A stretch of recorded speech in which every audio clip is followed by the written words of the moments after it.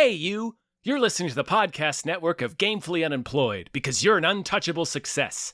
To support us and gain access to great exclusive shows like our brand new Supernatural watch-along Himboos, head over to patreon.com/gamefullyunemployed. You'll also get your lucky little mitts on hundreds of episodes of our other exclusive shows like Tom and Jeff Watch Batman, Star Trek The Next Futurama, Spiel Boys, and the complete series of Fox Mulder is a Maniac. We do movie nights, game streaming, regular mini-series and surprise shows, and you can even commission your own podcast about anything you want, within reason. You have nothing to lose and everything to gain by heading to patreon.com/gamefullyunemployed.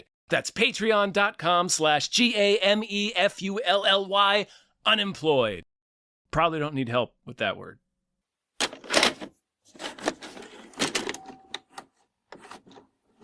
Horny movies. Hi, everybody. My name is David Bell. And I'm here. My name's Drew Grant. Thank you. Welcome. And we just watched Teenage Sex and Death at Camp Miasma. Woo! Lots of words. So many words. Too many words. Out here, there are certain nights when you just get this feeling there's some psycho killers gonna chop you up into a million little pieces.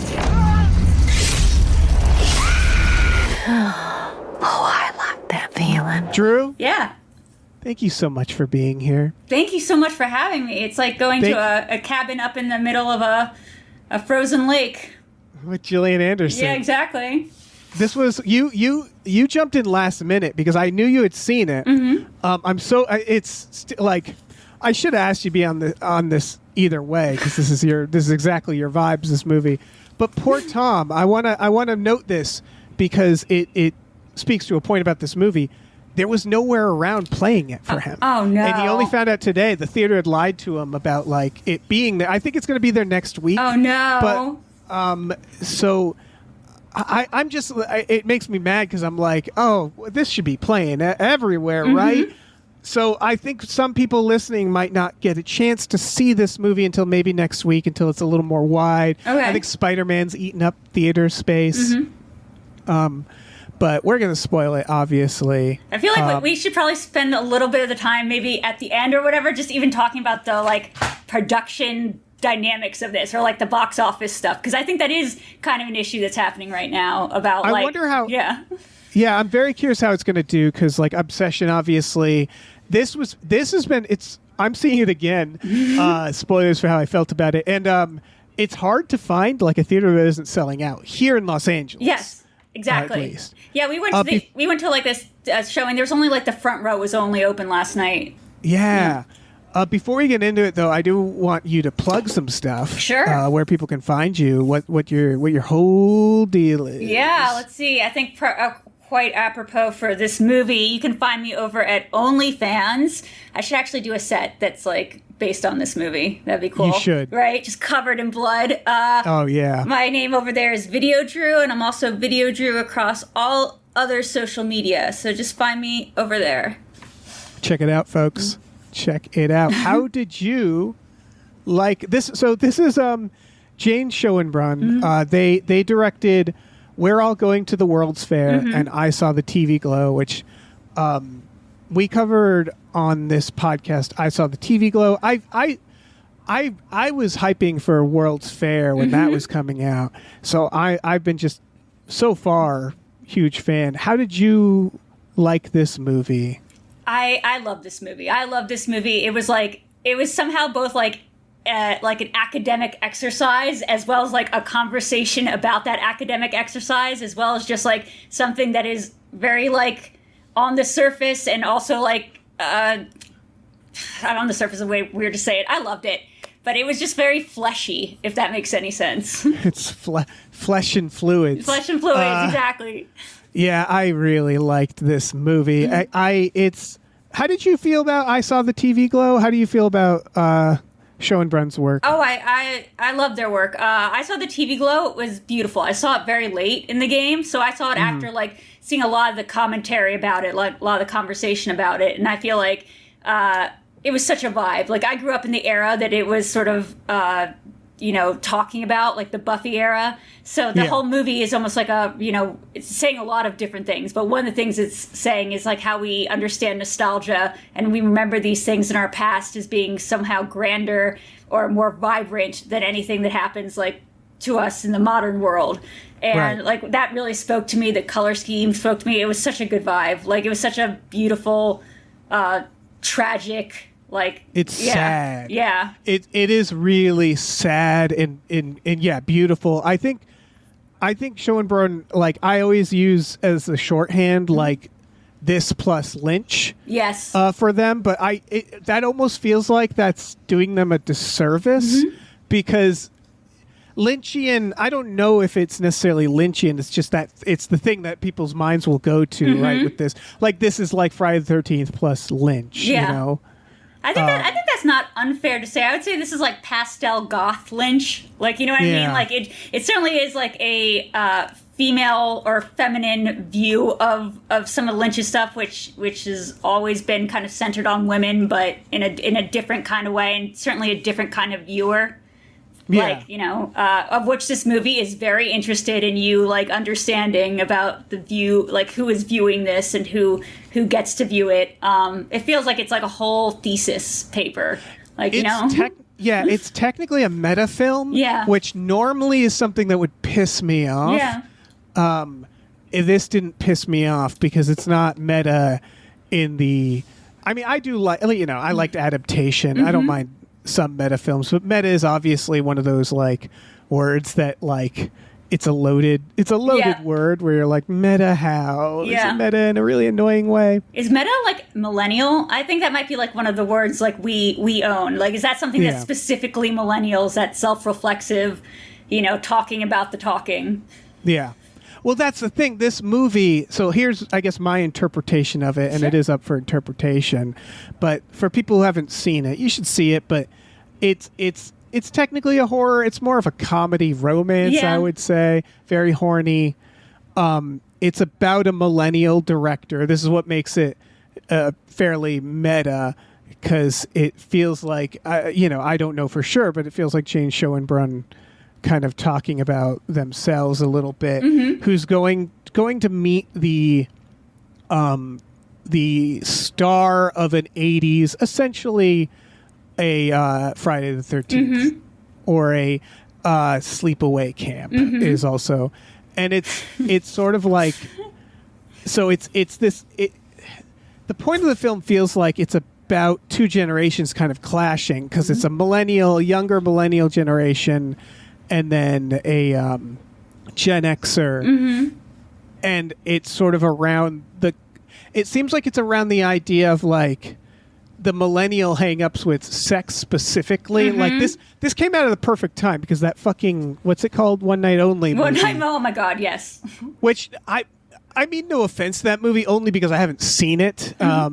And I don't want to judge it, but it sounds like it's a very odd movie, and it's weirdly sexless, and there's this whole thing about modern audiences shying away from like sex, and millennials have this generation of like, we go back and we're re-examining how problematic everything used to be and still is. Yeah. It's like you can't watch The Shining without talking about watching the whole Shelley documentary. Duvall. Yeah, I mean, I think that's like the conversation with itself that's so funny. But the movie also invites you to like not just watch these films or love these films as an intellectual exercise. I mean, our main character, whose name I'm like trying to look up right now, it's Hannah from, I think the actress's name is Hannah something. The actress is Hannah Einbinder. Right, the one who gives like the great Emmy speeches, right? Like, she's great. I actually, this is the first time I've seen her in something. Yeah, she's me too. Fantastic in this. I've never seen Hacks, but I've seen like her Free Palestine speeches. So she's great. Nice. Yeah. This has a cast. It's got Dylan Baker in there playing a producer. Jack Haven, who was in I Saw the TV Glow as Maddie, is the slasher in this. Little Death. I love the slasher. I love the look. I have the look for the little slasher.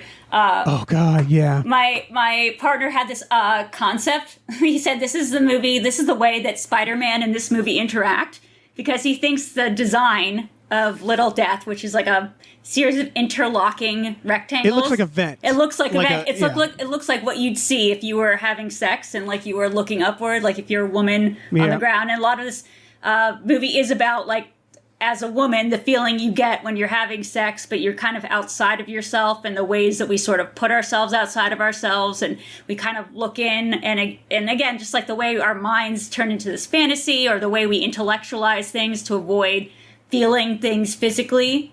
And that's a huge part of this movie, and like that's so cool to see that manifested as like a serial killer thing, because yes, it's like flesh and fluids. Yes, you know. It also, the squares also represent like a story within a story within a story. Yeah. The meta, because this movie is about like that Gen X millennial relationship. There's this idea of like it's a millennial making fun of millennials a little bit, and it's giving a little more credit to Gen X, which is nice to see. It's not like saying like fuck Gen X, but it kind of felt like it was talking about the idea of we're all in our heads so much that we can't simply enjoy something. And it's this character who, like, she says her work is all she does, and you see the meetings, and it's like she's just all her social interactions are sanitized work meetings. Everything is like, like qualified constantly. Everything's problematic, and she's not wrong. Yeah. But it's that idea of like, and then that's coupled with, this woman, like the basically the arc of the movie is a woman trying to have an orgasm. Yes. And my understanding, obviously I wouldn't know, is that like men tend to be a lot more visual with their horniness. Women tend to eat up, Graphics, like visual, fiction, like stories and audio stuff, like, and men can be more visual and a little simpler about this stuff, and it seems more complex for women. And the implications that this is a woman who's never had an orgasm, right? Yeah. Like, and it's just kind of about like getting out of your own head, disassociating for good or bad. Like, you learn that Gillian Anderson's story is like not great. Yeah. It's like, the idea is Gillian Anderson is, this scream queen who was only in one movie, and there's this one shot in the movie that in the Camp Miasma movie of her like having sex and getting murdered, and it's all about like, how can I recreate that look in your eyes? Yeah. And she wants to capture it as a director, and then eventually realizing that she needs to experience it. Yeah, she wants to experience person. it. Yeah. And I think that this is just why this movie like really resounds, like really resonates with me, probably even more than I saw the TV Glow in a couple ways, because this movie feels like A, it's about my interests, B, the way that she's intellectualizing her own work. Like she loves the movie, and that comes across really clearly. Like Chris, the main character, she wants something to capture it, like you said. She wants to capture it and then realizes she wants to be it, like she wants to experience it. And that's sort of like her whole arc of this movie, is like trying to capture something with like words, or academically. Like I keep saying that, like there's one part where she's watching the original Miasma movie and she taps Gillian Anderson. She goes, "This part's actually transphobic." Yeah. And Gillian Anderson's like, shh. Yeah. Like, and then when she goes split diopter, it was like, so it was so perfect. Because as a film nerd, that spoke to me, where it's like, just fucking watch a movie, just fucking watch the movie. And then at the end, you actually see them use the split diopter, and you're like, oh, I see. That's like the difference between the two of it. Also, when she's talking about her own work, about watching Psycho through the perspective of the curtain, and you're like immediately, that was so funny. And you're like immediately like, I know kind of what this movie would look like. And the way she's even talking about like why they're bringing her on to do this this adaptation of, because like that way they're kind of, the studios are protecting themselves from any criticism that the original movie was transphobic, or like the property itself is a zombie, as she called it. And that just doesn't appeal to Gillian Anderson at all. She like does, who's fantastic in this, by the way. They're both fantastic. But like, she's this grande dame Southern belle kind of type. Her accent. I will say, there's only one scene that I don't want to say I didn't like, that like made me go like, oh, I don't know about this. And it was the scene when Gillian Anderson first shows up, because she says a meta joke. She says, "I feel like there's going to be a jump scare." Yeah. Which felt like too meta. And then Gillian Anderson comes in, and she throws on this Southern accent. Yeah. And this is Lynchian in the sense that it is very like everything's over the top. Yeah. And you realize that watching the film, but in that moment I was like, what the fuck is she doing? Like- and then the next scene I was like, this is amazing. Yeah. She's incredible. Yeah. But it took me like a second to go like, what is that accent? And Yeah. then realizing like, okay, she's over the top and that's on purpose and it's perfect. Yeah, they're Perfect. making a Norma Desmond joke and then call back a little bit like about how this is very Sunset Boulevard, because Yeah. she's this aging starlet who's chosen to live at Camp Miasma, like at the place of this one movie that she made and then dropped out of the public eye. So this Yeah. whole and it's freezing. Everything's snowy at the lake. It's in this weird town that apparently doesn't have Wi-Fi, but does Yeah. have Patrick Fischler and Yeah. Kevin McDonald from Kids in the Hall. Kevin McDonald, I loved him in this. It's at the camp is a little Wes Anderson-y, Mm-hmm. which is that's one of the very intentional things in this movie. There's a point in this movie where you're just watching Camp Miasma Yeah. for way too long, and you watch it, and after a second, it was interesting because at first it feels like a Friday the 13th, Mm-hmm. and then slowly I started thinking like, well, these shots are getting too good. Yeah. And then the grain starts kind of going away, and you realize that they're playing constantly with format. The Yeah. Wes Anderson look too is intentional, where it's like different kind of shades of reality of seeing, because that's the whole movie is about kind of disassociation and like it's seeing the world through like movies and through screens and like. It does that without being like preachy about it. Yes. And one of the things is the format itself. Yeah, I think that was really cool. Like you walk in, like when you first see this camp, the like background is fake. Like it almost Yeah. felt like a Guy Madden movie, like a little bit. Yes.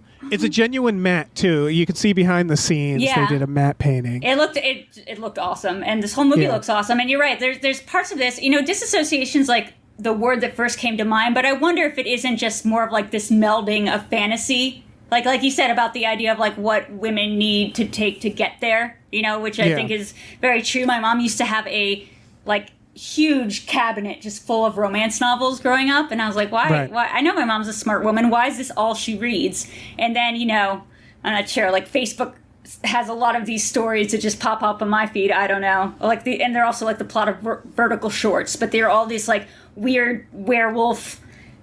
Son of the tribe kind of thing, women getting married off to vampires. It's like this whole subgenre, which is like our modern day romance novels. It's like the things yeah. women, the stories we tell ourselves or we have marketed to us about like what's sexy, or Right. like that turns us on, And I mean that sort of stuff, like the smut essentially. Yeah.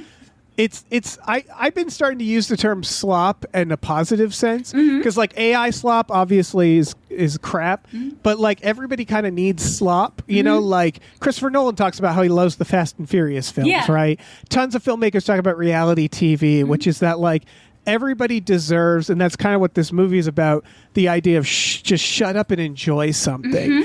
And like it's interesting because like it touches on transphobia in early horror because obviously that's a problem. Sleepaway Camp, Psycho, Silence of the Lambs, Yes. and like that thing you have to do if you're trans, I imagine, and love horror, is it's like at some point, like Gillian Anderson, the Gen Xer, is kind of bringing the other side of it, of just going like, it's fine. Yeah. Like forget it. Yeah. And so, like, it's a very good, like, because it never, like, the movie ultimately, at least when it comes, it's not about that. It doesn't seem to be necessarily, but it kind of hand waves it in a way of like, yeah, it is what it is. Ultimately, like, this shit was deeply transphobic. Yeah. And like at a certain point, you just have to kind of shrug and go like, well, I like it anyway, or something like that. Like, Well, yeah, and you I think when you're talking, like when you're having to have a conversation with these films, it's really hard because it's almost talking to like your boomer uncle who doesn't even understand like the term transphobic. Like that term didn't Right. exist, 15 years ago. So it's like, what are we even talking about here? You have to kind of accept these things on its own terms, or have a like kind of queerification, like version of this, like where you write essays or you do stories or you make a movie, which is sort of what this is. It's like a queering of the horror cinema, which I really liked. Oh yeah. Well, okay. Here's the thing. I like Jane Schoenbrunn. What is kind of amazing, like they're becoming very quickly one of my favorite directors and one of my favorite writers. They wrote this, right? Yeah. I'm pretty sure. Yeah, they wrote this. They write everything. Yeah. Because are you familiar with like Red Letter Media? Yeah. Yeah. Okay. They covered I Saw the TV Glow. And for people who don't know who Red Letter Media is, they're like the modern Siskel and Ebert, right? Like but they are dudes my age who aren't particularly like woke. Yeah. They aren't like right wing or anything. They're just fairly apolitical and unplugged from that. They don't seem very like, they just don't carry their way. They're just dudes, schlubby, wonderful dudes who's made in the past very problematic stuff with Mr. Plinkett. And Mr. Plinkett is a great example of something that's like, you grew up liking, and then you're like looking back and going like, man, that was man. It's all to say that they covered I Saw the TV Glow, and what was great is when they covered I Saw the TV Glow, they loved it, and they loved it because of how it spoke to like nostalgia and being a millennial and these feelings we all have. And then they were sort of like, and I guess it's also like a trans thing, but I don't know anything about that. And it's all to say that like Schoenbrunn has an amazing talent for making queer cinema in a way that kind of resonates to everybody and like bridges it, because this is a movie again that's obviously like being trans and being queer and enjoying horror, but it's not like you don't have to really pick up on any of that for this movie to be enjoyable.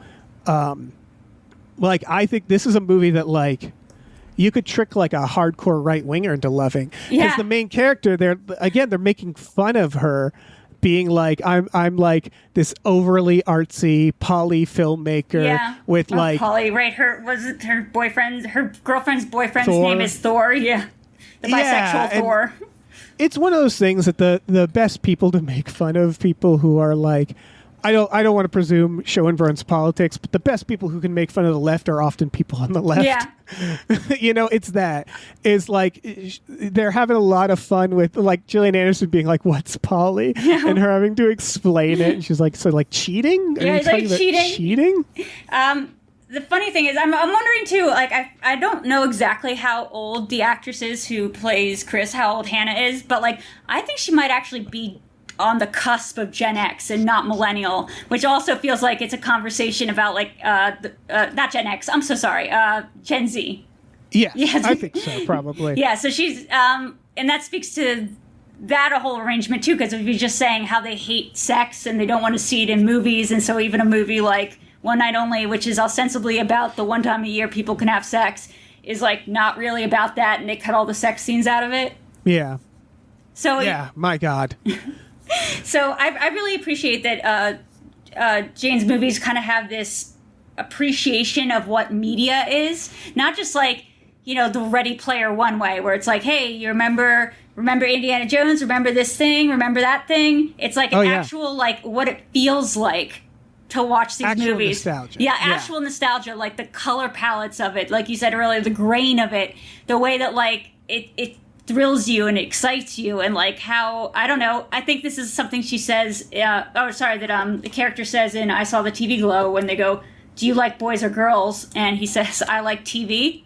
And it's like, that could be its own kind of sexuality, and that's sort of what this is doing for movies. Like, horror movies are its own kind of sexuality that exists beyond the spectrum, and I think that's like such a cool thing to say. If I had seen this when I was in high school, this would have been like formative, to how I thought about myself. God, yeah. Well, that's I would argue I Saw the TV Glow is pretty, I would say it doesn't have to be labeled anything, but it's more millennial, right? Because Buffy, and I'd say that movie obviously made me think of the X-Files, and now watching this, I'm like, clearly the X-Files was in mind. Where this movie really does bridge, where it's like, okay, so Friday the 13th, that is not Gen Z. No. That is firmly not Gen Z. That is like millennial to Gen X. Yeah. Gillian Anderson is there. So we have but then like you said, the main character is very Gen Z, and it feels like a movie that Gen Z would be attracted to in general. The style, giving them something that's horny is nice. It's all to say that this is like 3 generations of appeal, like, which isn't to leave out boomers. Obviously, anybody can enjoy this movie, but it's speaking to those generations, and that's really I don't know, that's really cool. People who grew up loving slasher movies specifically are going to love this movie, and regardless of anything else. Isn't it perfect? It came out right before the Friday the 13th reboot is coming out. Like, it's kind of a perfect conversation with that. I mean, I don't understand really, and I haven't read too much into what the criticism Gen Z has about sex in movies is. Is it that it's distracting, or that it takes away from the main plot? Because like this movie, I would be interested in, like you said, seeing how they react to this movie, of which the sex is not it's not hetero. You know what? I do not. I think that's a myth, personally. Okay. I think it's one of those things where the internet does so. The internet is terrible, and I think one study came out where like probably a handful of people were polled, and Gen Z probably said like, yeah, I get uncomfortable watching movies with sex, and they were probably thinking about watching movies with their parents. Or I think that like I'm writing some more news about this. I do think the internet plus the MCU and superheroes have created like a decade of people who maybe need to recalibrate about what movies are. I don't think it's like anybody's fault, and I don't think people have gotten like stupider or more sheltered. I just think that like the internet is such a terrible place to talk about movies, plus the biggest movies have been very sanitized lately. Yeah, and it's almost like everything has to be for kids because everything's supposed to go like for a global audience. It's the whole thing about what global means. It doesn't just mean like internationally. It also means like the age. It has to be appropriate for like everything, Yeah. But it feels like, that is a course correction from how it was in the 80s and 90s, where like everything had an unnecessary sex scene. Like everything had the most unnecessary, sweaty-looking sex scene. Whereas this movie, if you did have a criticism like that, most movies do not need that sex scene. This movie is very much about that sex scene. So like it is. It's the point. So I don't know if that criticism would remain for something like this, especially again because it's a queer sex scene and it's about the moment that you come. Little death is obviously like le petit mort. That's what orgasm means in French. So this moment where she's basically Chris realizes that she can sort of manifest. Her and Gillian Anderson can sort of like manifest a scenario because she's trying to come and she can't do it at first, and she's just getting really hung up on herself. Her and Gillian Anderson start like sleeping together, and she just can't get there. And she's wearing these like boxers when she first comes out of the bathroom or whatever, and she's she doesn't really know what to do with her body, and it's so clear that this is like through no fault of her own, this is just not something she's ever been able to like square away with, is like her sexuality and how she feels about like other people touching her. Because Gillian Anderson's like, what do you want? What do you like to be touched? And she's saying, dealer's choice. I love it. She has dealer's choice, because that's one of those things. I think everybody has said something in bed where they go like, why did you say why did I say that? Like, dealer's choice. What a nerdy way to say that. But also it's like she clearly doesn't know. She wouldn't even know like the words to use about what she would like, because she's never experienced it. So for her, like, that immediately gets her in her own head. And then when she's watching the movies and like through the course of the movie, or watching it and experiencing like Camp Miasma, what she realizes is like, what she's turned on by is the idea of being in this movie and running through the camp in skimpy underwear and like a t-shirt with her nipples like sticking out, and that's what gets her excited, like that. And that's so against her image of herself as this like modern Gen Z millennial coded, and so like she almost has to get past that hang up, and she has to project herself into this role as like a form of sexuality, not feel any hang up about it, which is possible because they're in this like almost like cinematic like wonderland that they've created here. Yeah, no, it's it's that idea that horniness is problematic. Like that Yes. idea of like what people are horny about. It can be anything, and that's sort of the point. And it is this like gradient, right? Because we hear Gillian Anderson's story, which if you know anything about the production of Friday the 13th, any of them, they aren't as bad as you might think. But there is, for example, I think in the sequel, one of the sequels, there's an actress who had a nude scene that had to get cut out because she lied about her age, right? Oh. She was underage. There is some, it is skeezy. Mm-hmm. It's not, it was, as far as I know, fairly above board, but it's like, 80s slashers everybody kind of watches and goes like, man, I hope that actress had an okay time making this movie. Yeah.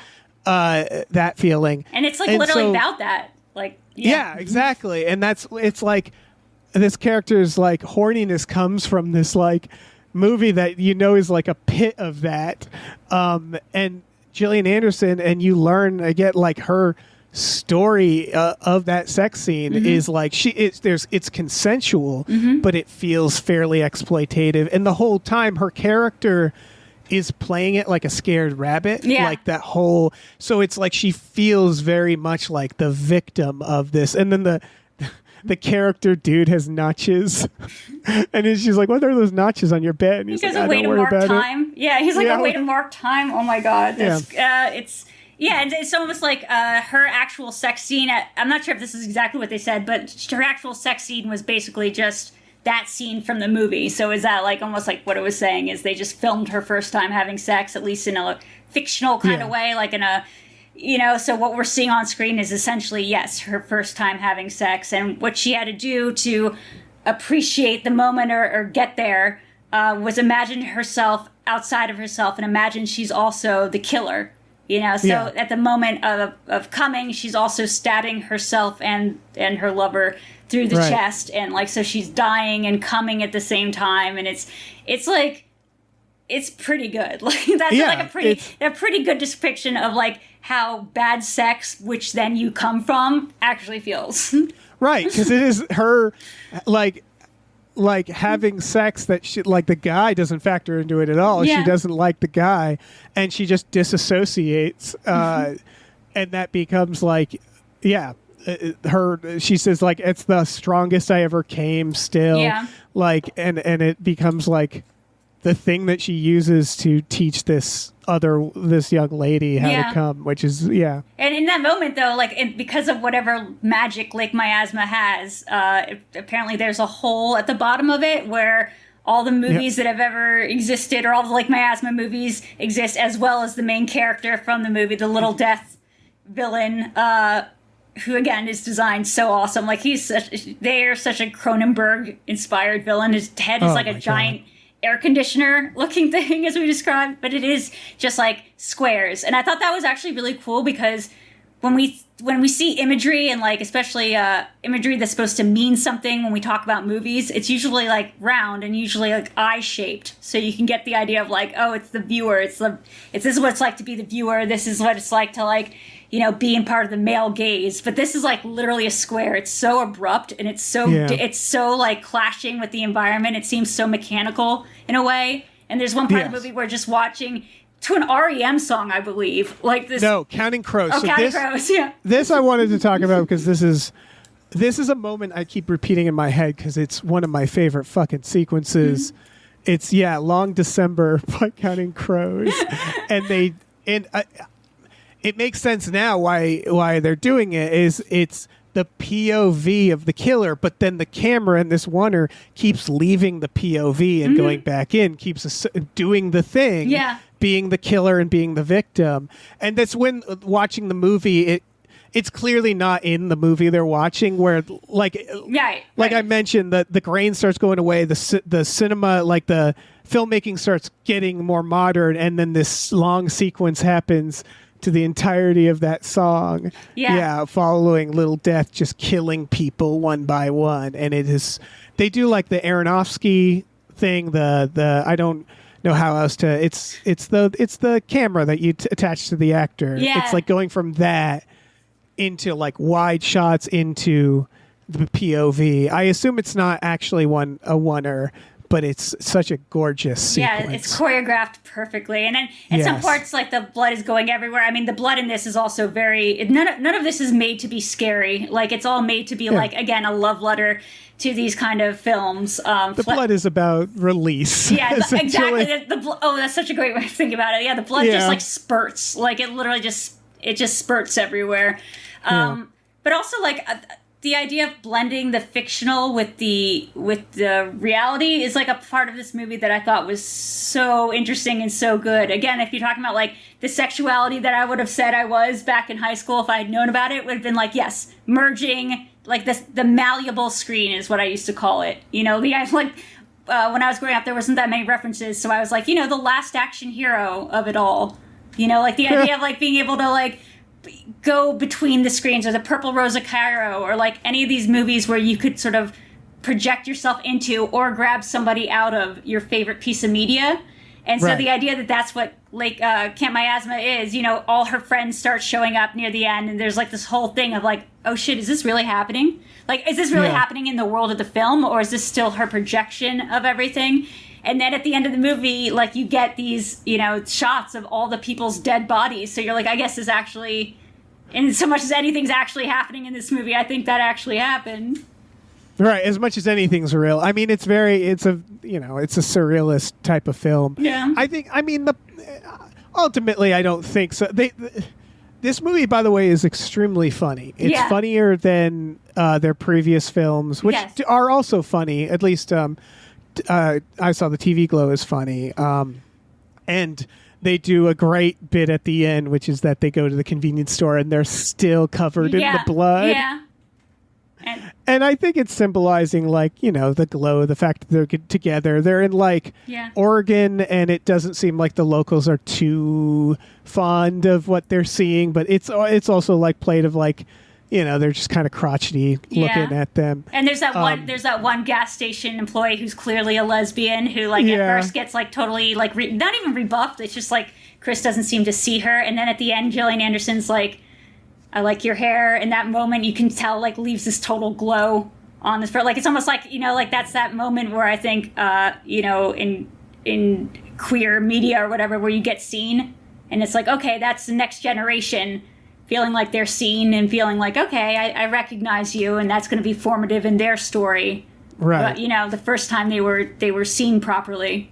Which is why I'm so, like, obviously X-Files fan, obviously Gillian Anderson, but, like, perfect casting. Yeah. Because Gillian Anderson is, like, basically queer and, like, sex in general, like the Willy Wonka of that now. She's just, like, this magical creature who just talks about sex all the time. Yeah. And, like, you know, she did that show Sex Education I haven't seen, but she also, in the revival, she clearly brought sexuality to the character Scully way more. Yeah. Like, the revival, Scully has a vibrator finally, where you're like, yeah, of course. Of course she does. Right. And so, like, Gillian Anderson is, like, the icon of, like, millennial lust, right? Of, like, growing up, everybody watching the X-Files. Yes. And then she also just happens to be this very positive force with sexuality. Yeah. So it's just, like, perfect to have her be the person guiding this young woman into having an orgasm. And it's like, yeah, of course. If anybody could, it's Gillian Anderson, I feel like, the gay awakening, when people talk about, like, their gay awakening, like, the first moment they realize they might feel something, you know, like, Gillian Anderson is often brought up. You know, that's the first time you saw something where you're like, saw somebody on the screen that you're like, I think I could go for that. She's like, it's wild because Gillian Anderson is a terrific actress. She hasn't had that many iconic roles outside of Scully, but she's an icon. Yeah, like she's she is, like, because there's also everything she did for STEM, for the idea of, like, there was the Scully effect of more women getting into STEM because of Scully, and then this movie I think is, like, iconic role for her. I don't know if, like, this is, if the point of this was, like, I haven't read enough into it to see if, like, Jane cast her because she had a list of great actresses from the 90s that would have worked in this role, like maybe Sarah Michelle Gellar. I guess she's a little young or something, but, you know, I wonder if she just wrote this movie around Gillian Anderson, knowing that they were going to be able to get her. Because, like, who else could be in this movie? Who else could play that role? It's genuinely hard to think of anybody else. Like, it's the kind of thing that if you couldn't get her, you just, like, drop the movie. Yeah. Because it's like, she really is, because it's also that Gen X, that generational thing is very important in this. Like, it is, I can't think of, there are people where I'm like, oh, maybe them. Maybe but, like Winona generally, Ryder, but she's also already had her, and she doesn't have, like, sort of the queer flowers, I feel like, that Gillian Anderson does. Yeah, it is really hard to think of. I can't think of anybody else. I don't know what. Man, we haven't even touched yet on the Dylan Baker scene of, like, how hilariously funny it is to take a meeting in Hollywood. You have more experience than I do on this, but, like, taking a meeting in Hollywood, and there's just one douchebag producer who's coming in super late, and everyone's just sort of, smiling and laughing at all his stupid jokes. And then in the bottom corner, there's just something that says queer assistant. Yeah. There's just one person there. He just says queer assistant as the name. Producer's coming in late, making these Michael Myers jokes. Yes. Oh my God. It was. I've been in a few now, but obviously Schoenbrunn has probably been. This feels like someone was like, "Hey, Jane Schoenbrunn, you want to remake? Like?" I'm sure they've gotten offers after I saw the TV Glow. Oh yeah.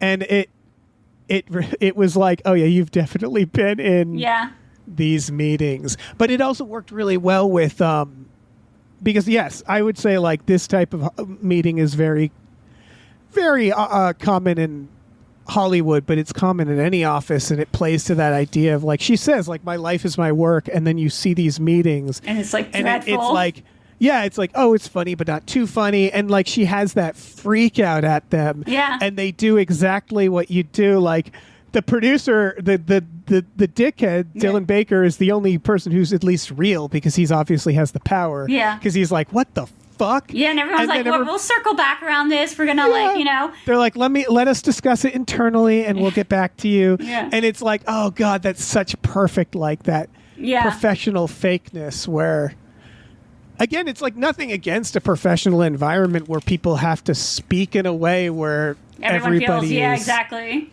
But this generation, our generation, where it's like we're so like work centric, where it's like you realize like that can't be your life. Not every conversation can't be those conversations. Yeah, especially when she talks in the movie about like why she's been given this movie, and you realize when she says my work is my life, she's saying like this is the way people talk about my life because I'm queer, and like I'm going to be doing these movies because they want this like intellectual exercise, and they want to sort of whitewash the past with me. So it's like she hates herself. Like she hates the way that she sort of exists in this space, and she hates the space for existing. So it's like, how can she create anything, sort of real and true? Because that's the other thing. The orgasm also symbolizes like art, basically. Because there's this idea, like when she's talking to Gillian Anderson, who plays a character named Billy, by the way, Billy. She, when they start getting personal, she goes like, "Oh, I'm sorry, this is a work thing. I'm getting real Me Too-y or stuff." And Gillian Anderson has to say like, "No, it's just we're just two people talking about," and it's that idea you hear a lot with like Gen X and Boomer, where you hear about these movies getting made and how problematic things were, but this is a very like Boomer observation, because this is where I would argue like, yeah, the younger generations do have a very good point with this stuff too, which is like people shouldn't be assaulted on film sets, people shouldn't be taken advantage of, right? Like people should be treated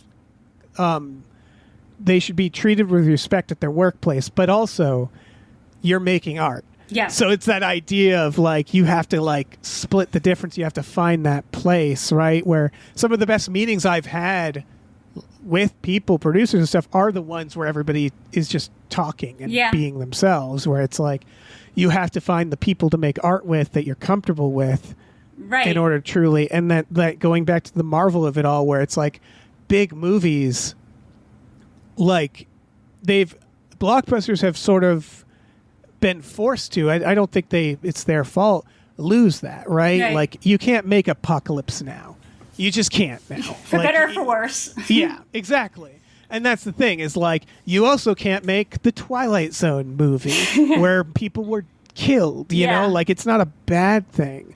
It's just that kind of it's a conversation that needs to be talked about of like, but we still want to make art, right? We don't want to make something that's sanitized. And we don't want to make something. No, I think that's right. I think also like the conversations around consent too, right? Because it's like as long as it's consensual, and that's sort of where Gillian Anderson or Chris, what's her name again, Billy's trying to get her to is like this is play. This is a fantasy world. What she says is, and I guess it's like the home. If it gets too real, is that it? You can stop at any time. I believe you can turn it off or something, or it's the home video release. Yeah. They say the poster had it. You're right. Consent is woven into this as well. Mm-hmm. Of like, no, it's about letting go in an environment that you feel safe to let go. Exactly. In. Yeah. And the moment you're watching this, I mean, what did you think when you know the little death happens, and she's finally coming, and you're like, okay, she's imagining this thing, and then Gillian Anderson, or she starts bleeding from the mouth, and Gillian Anderson just starts gushing blood from the mouth. So fucking good. And then you're like, oh, I guess this wasn't like a metaphor. That wasn't just them, you know, coming up with a fantasy. You're like, oh God, did they actually? No, it's die? a metaphor. I think it's still a metaphor, but yeah, for a second I was like.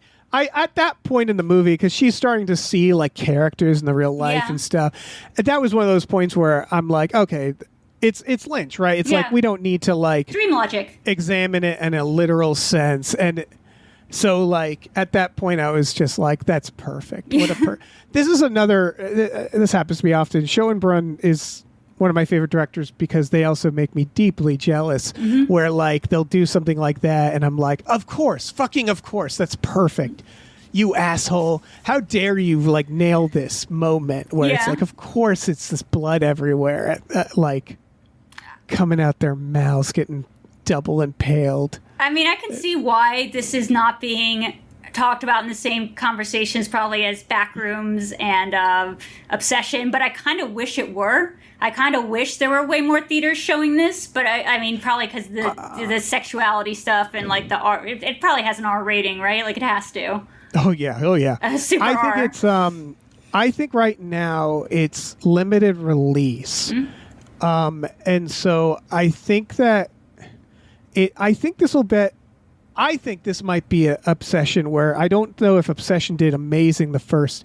I saw it when it came out because my job is, but I don't remember it being particularly crowded. And I think Obsession was one that like kept doing better. Yeah, second week it started picking up, yeah.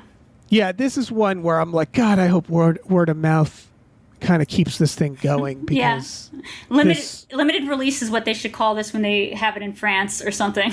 Like the name of the movie is just limited release. No, I think this movie, like, you know, when I was on to talk about Skinamarink, it feels like all those years ago, and like that news had just broken about Backrooms getting picked up, and it felt like this cool thing to talk about, you know, all this internet indie kind of filmmaker stuff coming up. And yes, while Jane Schoenberg isn't exactly in that world of like, she definitely is in that world, just because she doesn't make YouTube videos. You know, I feel like Yeah. No, I think there's distinct, like the Backrooms I would argue is like a Five Nights at Freddy's, where the Backrooms was a mid-budget based on a property that I don't think Hollywood realized was as big as it was, right? Where it's like everybody knows the Backrooms if they're a certain age. This, I will say that I saw the TV glow was all over like TikTok. Yeah. And so I hope that's the thing that what bums me out is seeing the trailers for this. They don't really say like from the director of I Saw the TV Glow that much, and I haven't seen that much advertising, and it's one where I'm like, put it out there. It'll do well. Put some money towards the marketing for Christ's sake, you know.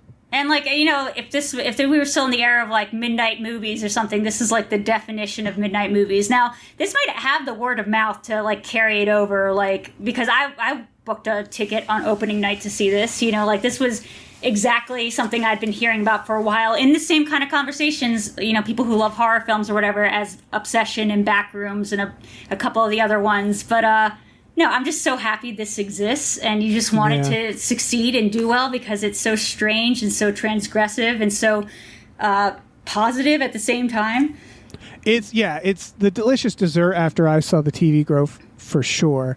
I was smiling the entire goddamn movie. Yeah, me too. Yeah, not to have like think like a producer, but it is like it's tough, right? Because we got End of Oak Street, which that's next week, which they've been advertising forever, and I'm very excited for that. I cannot imagine what that movie's actually going to look like. David Robert Mitchell doing a Spielberg film. A Spielberg film with dinosaurs? Like what? The last thing he did was Under the Silver Lake, right? Like a totally weird like LA noir. Yeah. I'm genuinely curious how that's going to do because I hope it does well because I kind of want a world where like an original blockbuster does well. Yeah. This movie though, it's tough because it's like, okay, like I said with Tom, like Spider-Man's still pushing in the theaters. Yeah.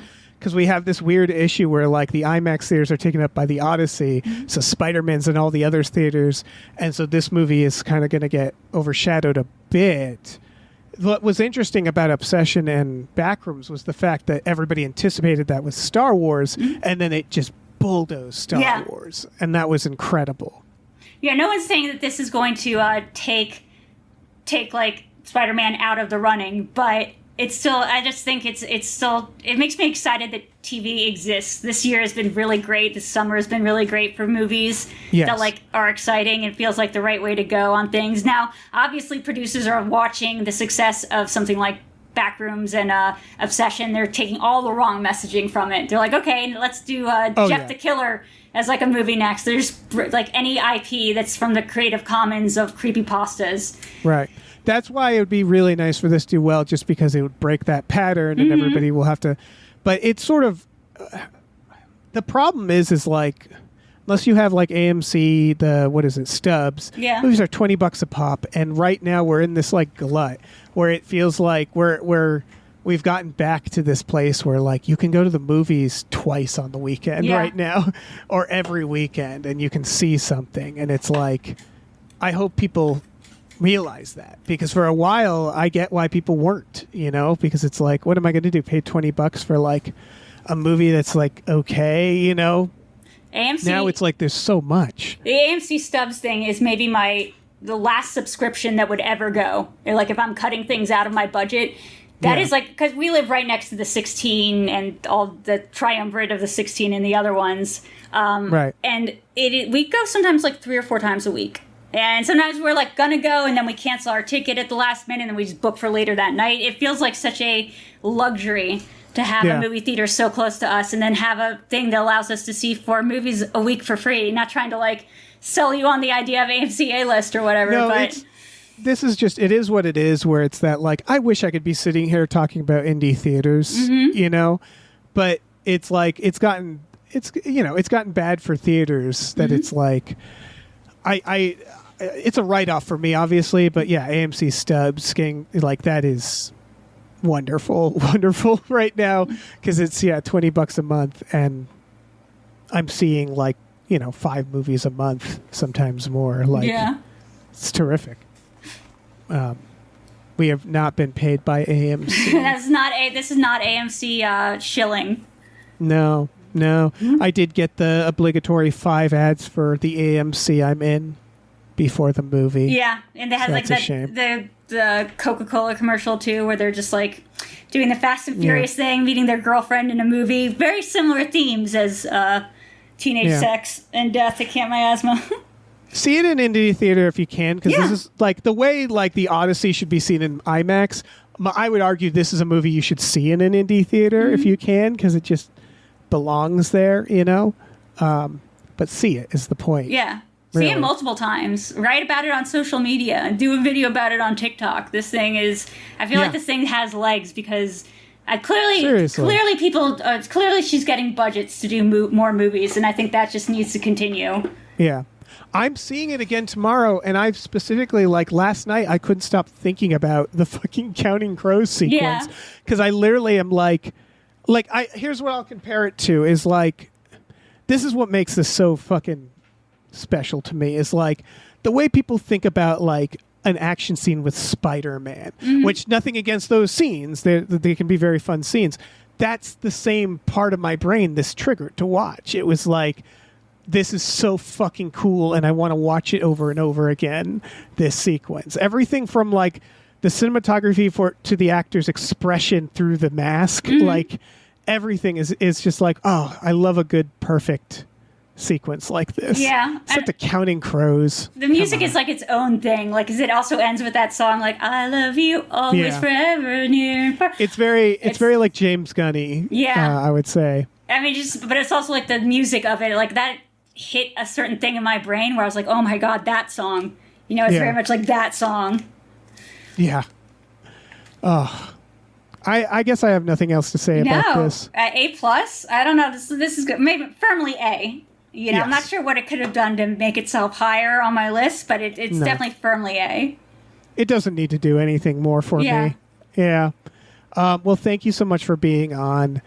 Do you want to once again plug your stuff right here? Yeah. If you're into flesh and fluids, you can check out my maybe changing my name to that. Check out my OnlyFans over at Video Drew. I post like once a week content, and I also have a little behind the scenes and extra goodies for people. So check that out. It's how I make my money. Check it out, folks. Yeah. And as always, we have a Patreon, patreon.com/gamefullyunemployed. We got exclusive podcasts on there, including an X-Files podcast, the entirety of a podcast called Fox Mulder is a Maniac. But don't worry, Scully is also a maniac in it. And a Supernatural podcast we're still doing. And a Batman one, Tom and Jeff Watch Batman, Star Trek Next Futurama, Spiel Boys. You can go to gamefullyunemployed.com for our merch store as well. We have a lot of shirts and stuff that you don't have to know our podcast to enjoy. X-Files, we have X-Files shirts. And go see this movie. Go see it. And orgasms. Try it out. Hey, listen, our music is produced by Chris Corlew. You can find him on twitter.com as the Corlew or go to shipwreckedsailor.bandcamp.com. Our channel artwork is produced by Michael Vincent Bramley. For more of his work, go to mvbramley.art.